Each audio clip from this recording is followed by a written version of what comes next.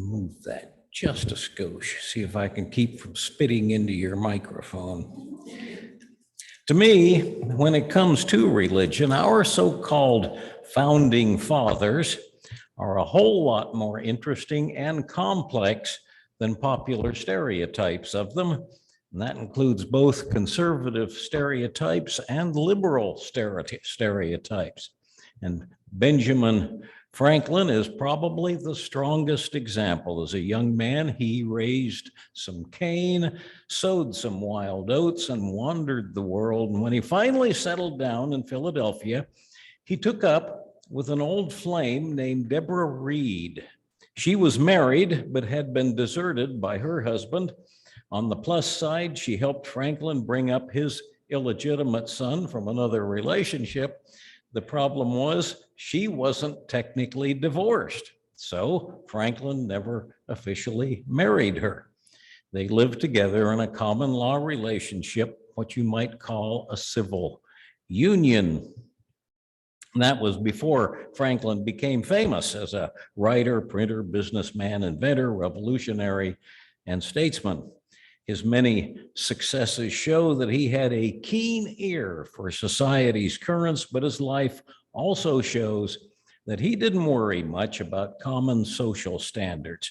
And that included my reading this morning on his personal religious beliefs, which he wrote in 1728 at the age of 22.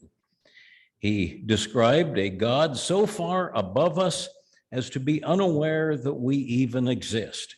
But this distant God created sub-deities, one for each solar system, who do listen to human worship and answer human prayers. To say the least, that is a long way from standard Christian doctrine. But Franklin was a devout believer in his own way. He wrote page after page of prayers and litanies praising his deity and asking divine favor, particularly help in living a virtuous life. And he finished up his articles of belief with the epitaph he wanted when he died. And you probably have heard this one, B. Franklin Printer. It reads, "Food for worms." And then he goes on to say that he will ultimately, quote, appear once more in a new and more perfect edition, corrected and amended by the author, close quote. And that's a good example of Franklin's reverence and also his irreverence. Historians argue about exactly what Franklin believed, but his religious writings do seem to struggle to work out a relationship between his Christian teachings and science and the vastness of the cosmos and the tininess of our own planet and our place amid all of that. And his unmoved mover God, as it were, is in keeping with the deism that he took up with as a youth. That's a religious philosophy that was popular with intellectuals at the time. And for the record, deists believed that God created the universe with all its physical laws, but then sat back and left things to run according to those laws with no further divine intervention. So the God of the deists did not answer prayers or take part in human affairs, same as the distant God at the top of Franklin's articles of belief. The subordinate God that Franklin put in charge of our solar system was actually more like the prayer answering God of Franklin's Puritan childhood, or perhaps like the God of the Universalists, a kindly deity who did answer prayers and paid attention to human affairs and wanted people to be happy. 60 years later, on his deathbed, Franklin wrote to a colleague, quote, "I believe in one God, creator of the universe, that he governs it by his providence, that he ought to be worshiped, that the most acceptable service we can render to him is doing good to his other children. As to Jesus of Nazareth, I think the system of morals and his religion, as he left them to us, is the best that the world is likely to see," close quote. So he's evolved a bit. Liberal culture warriors who claim that Franklin was agnostic tend to ignore that statement. On the other hand, evangelicals who claim that Franklin agreed with them tend to leave out what he wrote right after it. Quote, I apprehend Christ's message has received various corrupting changes, and I have some doubts as to his divinity. Close quote. That final letter does, however, fit nicely with the beliefs of early Unitarians and Universalists. So I think it's too bad that Franklin never got to meet early Universalist leader Hosea Ballou, who was just born too late. They would have agreed on a lot, but given that both men had lively senses of humor, their disagreements might have made for great reading. To me, the way Franklin's belief shifted over the course of his life is the mark of a healthy religious journey.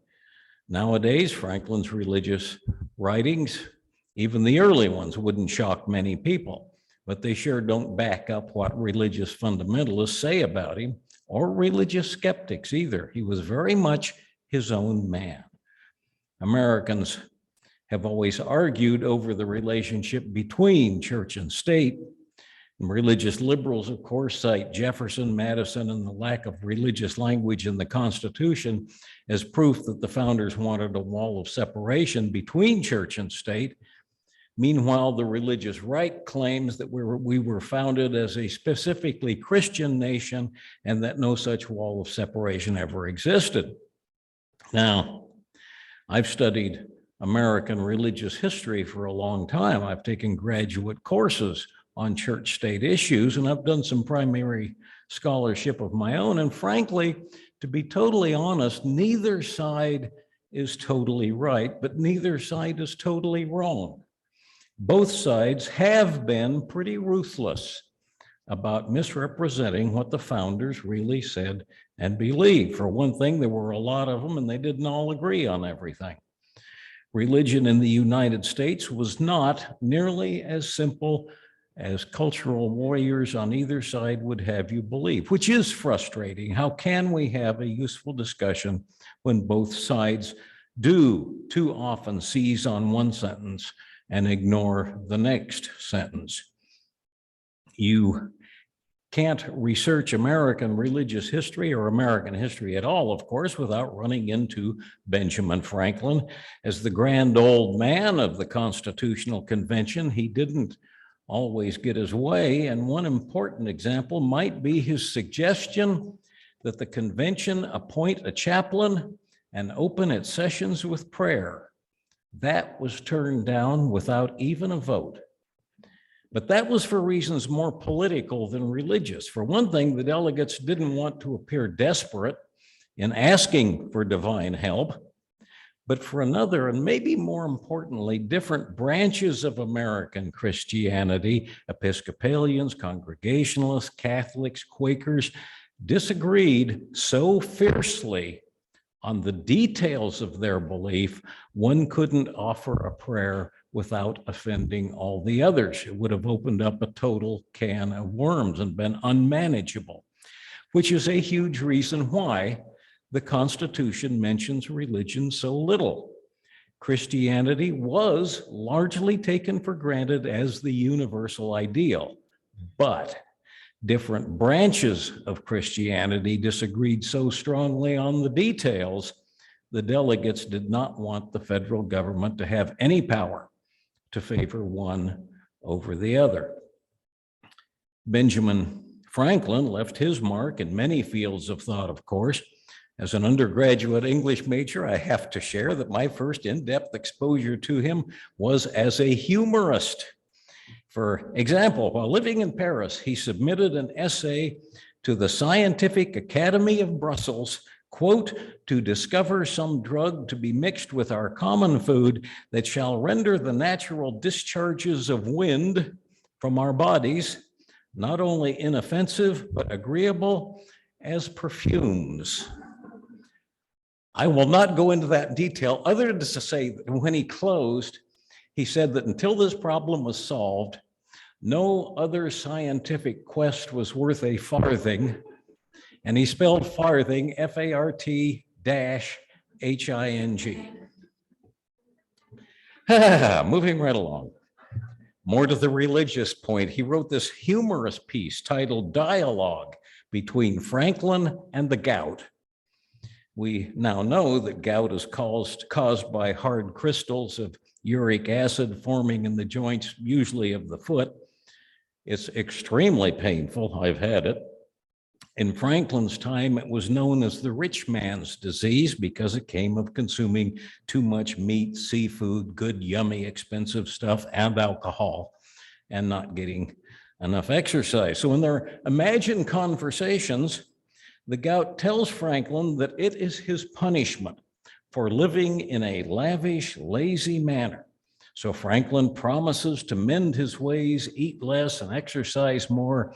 And the gout says it will leave him alone for a while. And then it adds, "You promise fair, but after a few months of good health, you will return to your old habits, and then I will visit you again. For my object is your own good. I am your true friend."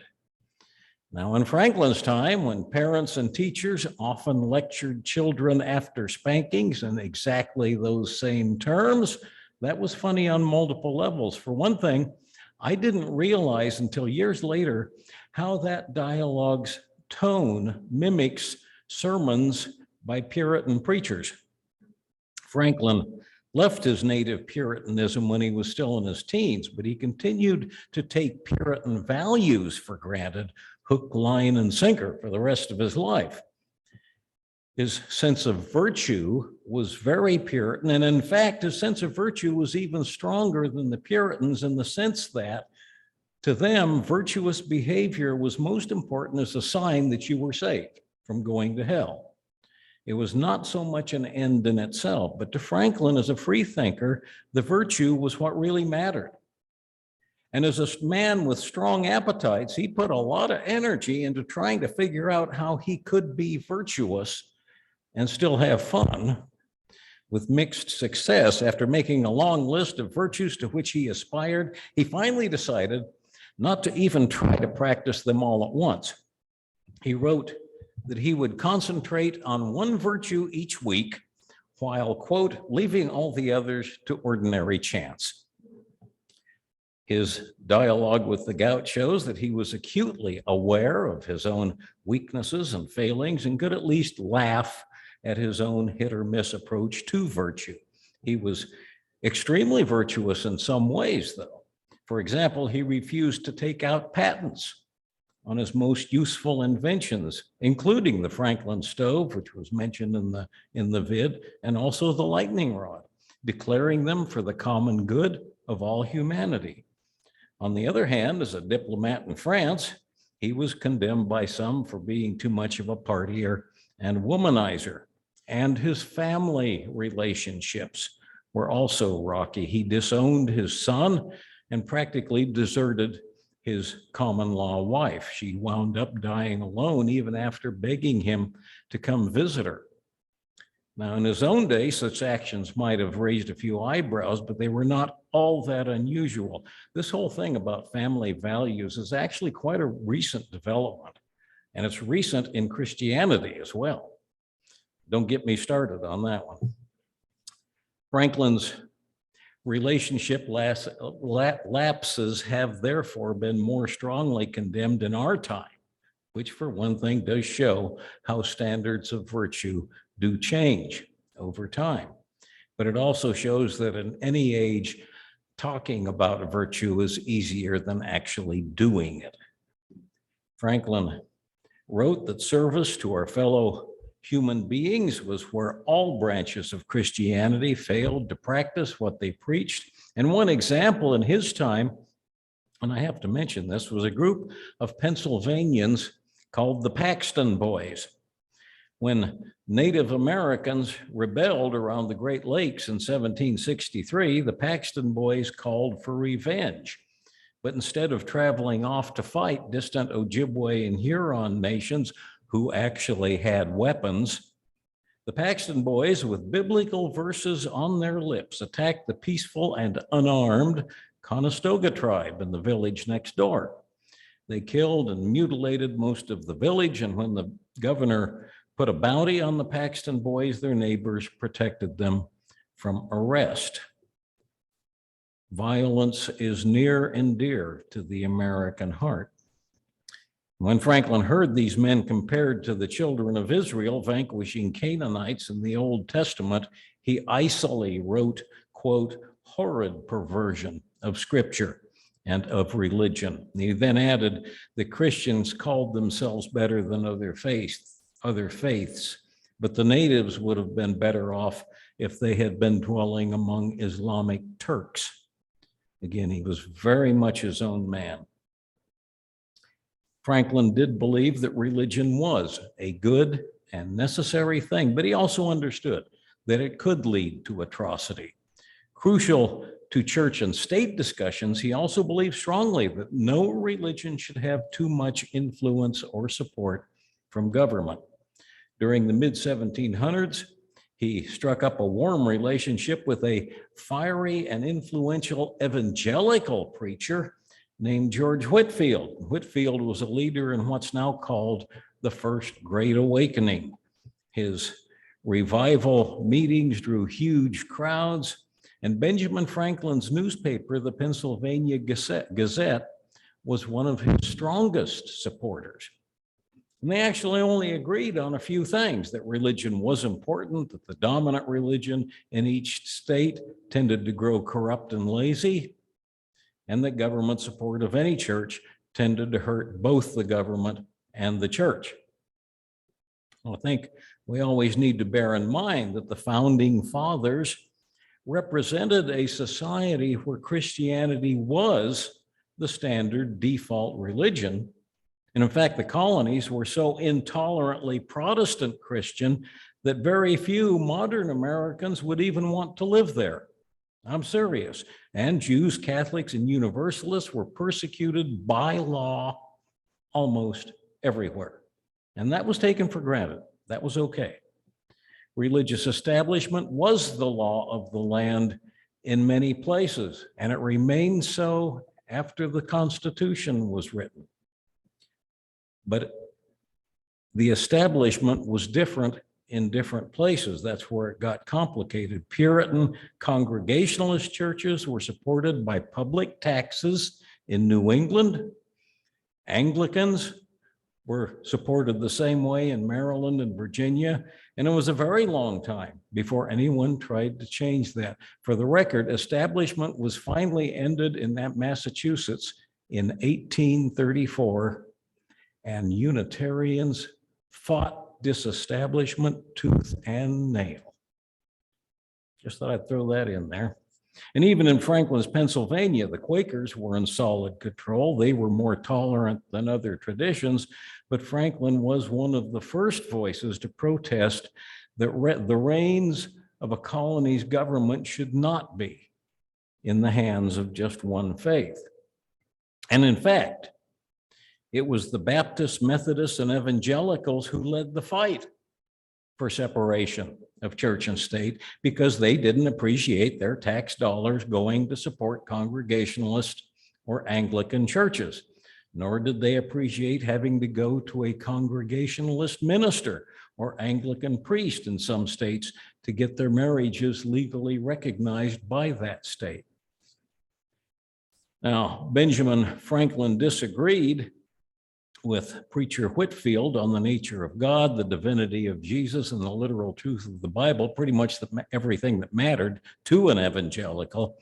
But he still strongly supported Whitefield, first because he believed that by bringing any kind of religion to the unchurched masses, that was a good thing. And more importantly, he believed in Whitefield's condemnation of fat cat established churches and corrupt governments, that condemnation was a very good thing. Religious scholar Stephen Waldman, in his book Founding Faith, suggests that the Great Awakening's opposition to government-established religion and religious domination of government is where the independence movement really got started. That is, in Waldman's opinion, independent evangelism was the breeding ground of the American Revolution itself. So here's the important point. I think we all need to remember Benjamin Franklin and other founders did not call for separation between church and state because they hated religion, and certainly not because they opposed Christian ideals. But our nation was founded at a time when seemingly minor technical details between religious traditions, between Episcopalian and Baptist, say, or between Congregationalist and Methodist, strongly mattered. And whatever Christian tradition happened to control the state legislature, they were likely to use that power to give their tradition financial and legal advantage over other Christian faiths, and even more over minority faiths. Every branch of Christianity, other than the one running the local government, naturally opposed that kind of government religious monopoly. Baptists, Methodists, Catholics, Universalists all knew back then how easily that kind of oppression could happen and what it felt like to be oppressed. And it's kind of sad that we've forgotten that wisdom, and that some of the folks who were arguing hardest for disestablishment back in 1800 are really arguing for establishment now. Separation of church and state isn't just crucial for non-Christian minority traditions. It's crucial for the separate branches of Christianity as well. And if we go far enough down the road we're on, we're going to find that out again. Mark my words. No one, not Benjamin Franklin or anyone else, could have ever mapped the course church-state separation would take. There were disagreements in his time, just as there are now. But Franklin was a deeply religious man. But as Stephen Waldman puts it, if you asked Franklin whether you could post the 10 Commandments on the courthouse lawn today, Franklin would have suggested making, quote, the courthouse a museum to all religious traditions, passages from the Quran and Bhagavad Gita side by side with the 10 Commandments. Now that's a quote from Waldman, not Franklin, but it's an important quote.